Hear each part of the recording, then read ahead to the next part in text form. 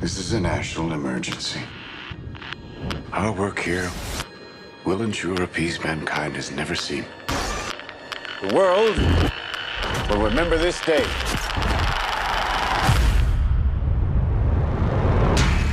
This is arguably the most important story of our time. The stakes really couldn't be any higher. It's profound, but it's told in a very human way. Everything Chris Nolan has done has been a prelude to this. This is not a film, this is an experience. It is a heart-in-your-mouth thriller.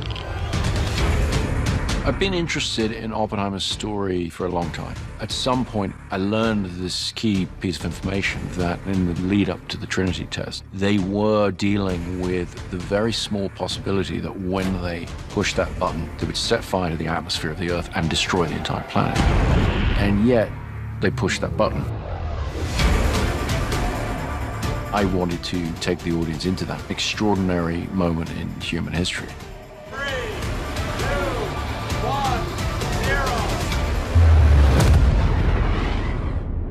All America's industrial might and scientific innovation connected here. A secret laboratory. Cillian playing Oppenheimer was the centerpiece of the film, but I knew that he was going to need the most extraordinary ensemble around him. Let's go recruit some scientists. The people involved in the Manhattan Project were charismatic individuals. They're very talented. The world that Oppenheimer inhabits is filled with rock star scientists. And I think because we have all these fantastic actors, you really buy that. It felt like I was playing sports with some of the best athletes. Every single person has come to set knowing that they have been hired because somewhere along the line, Chris thought that you did a good job. And this goes for crew as well. Action! My preference is to always do things in camera as much as possible. It sets a big challenge for every department to actually bring the reality of a thing there for the actors. Every crew member on this film has to adjust their work for the IMAX screen. IMAX can contain 18K resolution per frame, which is by far more than any digital camera. It gets thrown up on a gigantic screen, and the moment you watch it, it's very evident. The quality is unprecedented. This is a story of America in the 20th century, so I think it can be painted on that big of a canvas, and what better way to do that but with IMAX cameras. Why would we go to the middle of nowhere for who knows how long? I always try to use real locations as much as possible. With location shooting or sets, the more things can just be real, the better they're going to feel to the audience. There's almost no studio work on this film. Everything is location. The sets were built in such a way that they felt incredibly authentic. We built our Los Alamos at Ghost Ranch, New Mexico, which is along the same mountain range that Los Alamos proper sits on. This was very important, and I based all of this on research. We built all of these buildings 360. We want it to feel like you are right there, you are in this is happening, this is real. This isn't a backlot. It's just the most transporting thing, you know, when you're there and it just looks exactly like Los Alamos 1940s must have looked, and you know that no detail has been overlooked. You know, we also shot in a huge amount of the real locations. We shot in Oppenheimer's house, in Los Alamos. We shot in Princeton. Walking through Princeton, it's really very funny because people, you know, they're walking around and they go, shooting those scenes, playing the characters who really had versions of these events happen there, you just get a real charge out of it, you know? This is a matter of life and death. But I can perform this miracle. When you do Chris's movies, things that when you read a script you normally would think would be visual effects, you know that you're going to be doing this stuff practically. They had to film the world of quantum physics. Their whole unit was one big science project. I was daily very jealous. it's kind of back to the old days. We did a lot of experimentation. They came up with some very interesting analog methods of how to approach this, all of which was leading to the Trinity test, which had to feel nightmarish and terrifying in a way that computer graphics never really is. What we were able to get into the finished film, to me, is extraordinarily beautiful, but also very frightening. Working with this whole team was such a great camaraderie, and with the commonality of we are going to get this in camera. I love Chris's dedication to that. It really speaks to Chris and the way he directs. All of the energy goes around the camera. Like, we're all here to do the same thing. Chris makes films for theaters, for movie-going audiences. You know, so you want to see that as it's designed to be seen. Watching this very different sort of film on that big screen, it sort of makes you gasp. You're right in their experience. This is, I think, a definitive moment in the history of modern filmmaking. Do yourself a favor and go see this on as big a screen as you can.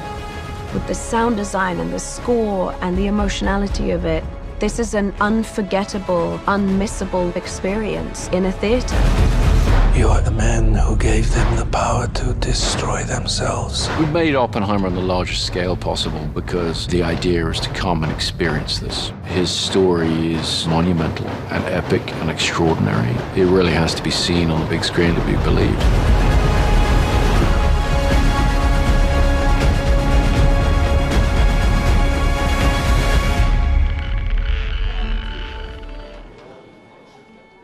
As soon as I read the script, I'm putting the pieces together in my mind. For Oppenheimer, we had a meeting and we started talking about different approaches and different types of musical ideas.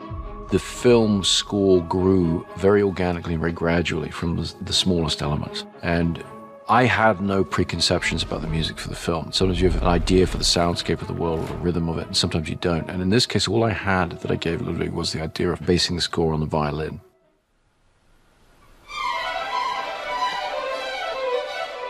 There's so much in the performance of the violin. Within seconds, you can go from something beautiful to something completely horrifying. And there's a tension to the sound in a way that I think fits the highly strung intellect and emotion of Robert Oppenheimer very well.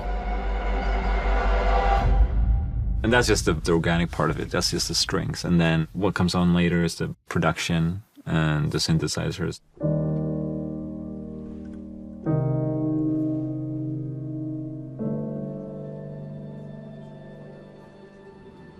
I think every process of scoring is different if it's to be tailored correctly to the demands of a new project. And this was a type of film I hadn't made before, and it was a type of music that I hadn't worked with before. A lot of things you do in the beginning is about experimenting and see where you can take things. We would take his experiments and we would put them to picture and edit them and try different things and show it to Ludwig, and he would go and bring more things to the table. Oppenheimer is a visual masterpiece. You know, I've never seen that kind of intimate portrayal of a character on IMAX. That's the six-note Oppenheimer theme. I felt like this movie was really pushing the boundaries in so many different fields. So I wanted to see how we can do that with music as well.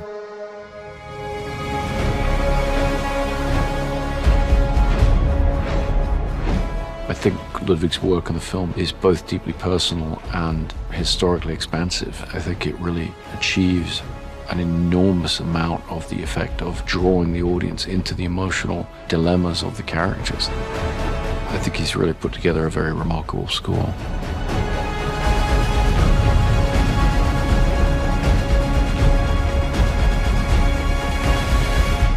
This is a movie you celebrate IMAX cinema. Why should audiences see this on the biggest screen possible? Well, it's, you know, the amazing thing about IMAX is the visual quality of the image is just second to none, and it's truly an immersive experience on that big screen, and nothing like anything you could get at home. And you've assembled one of the most stellar casts I've ever seen. I saw the movie last night. Every single one of them gives an incredible performance. What made this the movie to populate even some of the smaller roles with Oscar winners, Oscar nominees, some of the greatest actors in Hollywood? Well, the scale and excitement of this movie is driven by its cast. That's true of every movie to a degree, but with this movie more than most. This is a film about people coming together to try and pull something off against seemingly impossible odds. So we needed Cillian Murphy at the heart of this as Oppenheimer. but we needed to surround him with the greatest actors that we could find, right down to the very smallest roles. There are no composite characters in the film. Everybody from the history is represented as they need to be. And so there's a large cast, a really wonderful ensemble around an excellent central performance. And having just watched the movie and still recovering from the ending, that's all I'll say for the moment, what are you hoping audiences take away from their experience of watching Oppenheimer? Well, I think that the thing that Chris does really well with his movies is he sort of makes films that really live with people after they've left the theatre. And so I think that, this film gives people a lot to chew on, a lot to think about. And it's a little bit of a cautionary tale, shall we say. I'll ask you the same question, Chris. What are you hoping audiences take away from this? Well, you try not to be didactic. The film doesn't have a specific message. It's just a great story, one of the greatest stories that I know of. And so we tried to do it justice. And I think part of the appeal of the story, what makes it dramatic, is that told right, and we've done our best, when the film finishes, there'll be a lot of interesting questions, a lot of resonances. Movie number 6 for you with Christopher Nolan. Tell me, how did you react when he came to you and said, I want you to play this role? I mean, I had to sit down for a minute. But I was thrilled. Any actor in the world would want to work with Chris. He's one of the greats, one of the greatest directors we have in the world, and I feel privileged to have worked with him so much. Now, obviously, he's a huge fan of IMAX. If you could recommend why an audience see this on the biggest screen possible, what would you say? Well, because I think it's less of a film and more of an experience. It's like Chris likes to describe it as 3D without the glasses. And in terms of the importance of the movie, I was still reeling from watching it last night and the ending, but what do you hope audiences take away from their experience watching Oppenheimer? Well, first and foremost, I think they need to be entertained. I think that movie does it in spades. And then I think it asks a lot of questions, some of the big kind of, ethical, moral, paradoxical questions that there is. And my 15-year-old kid saw it and he was knocked out and was very, very curious about all that time in history and its relevance to today, And what was your reaction when you got the call going, would you like to be in Christopher Nolan's new movie, Oppenheimer? It was just to meet him. At which point I was like, if you have a jetpack, just put it on and run, go to the meeting. And he's so English, Chris, and so casual that we talked for 2 hours. And then he was like, right, so it's for the character of Kitty, if you'd like to do it. And I was like, is that an offer? It was just so cash and funny, and the script was heart racing. I mean, it was a yes before I'd read it, And in terms of the spectacle, obviously it's shot in IMAX. Why would you recommend audiences see this on the biggest screen possible? Well, because he made it for the biggest screen possible. I mean, every detail he sweat bullets for this film. And the whole thing is just supposed to be a fully immersive experience. It's more than a film. This is a heart-racing experience. And to get the full kidnap of it, you've got to go see it massive, Final question. Is there a message you think audiences should be taking from their experience of watching Oppenheimer? No, I mean, I don't think Chris makes films that are didactic, didactic in any way. I feel he likes the open-endedness of asking really profound questions but sort of not giving you the answers. I want people to metabolize it together. I want you to go for a drink, talk about it. You'll need to, and that's the best part. How do you react when you get a call saying, do you want to be in Oppenheimer? Well, first of all, yeah, huge fan of Chris, but also I don't know why I've always been fascinated with this event and the history around it, and then to be transported on IMAX cameras to where you're going to feel like you've been brought back to when it happened. And I think as people are seeing the film and saying really what an achievement it is, the fact that it's also just so riveting. I remember when you used to see movies that were important movies, but also gave you the full immersion in cinema. So it's kind of both. Yeah, it's an incredible movie. I'm still reeling from those final scenes. That's all I'll say on that. But what do you hope audiences take away from their experience of watching Oppenheimer? That a summer blockbuster can also be a very evolved piece of storytelling I've done all kinds of movies, and I love all kinds of movies. I've never been in a film that is this big and this small, because it's something we're all really thinking about. And again, Chris Nolan takes it as an assumption that the audience is intelligent, and I appreciate that. It's a powerful piece of cinema. What are you hoping audiences take away from their experience of watching this? It's an amazing movie.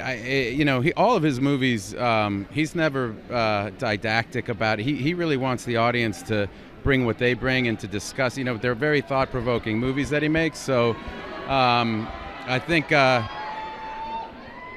either Robert or Killian, I think. Oh, it's Chris. But I think that's what's great about his films is he loves his audience, you know what I mean? He really trusts them and wants them to be talking about it afterwards, and he always makes things that provoke that kind of dialogue, which is very cool.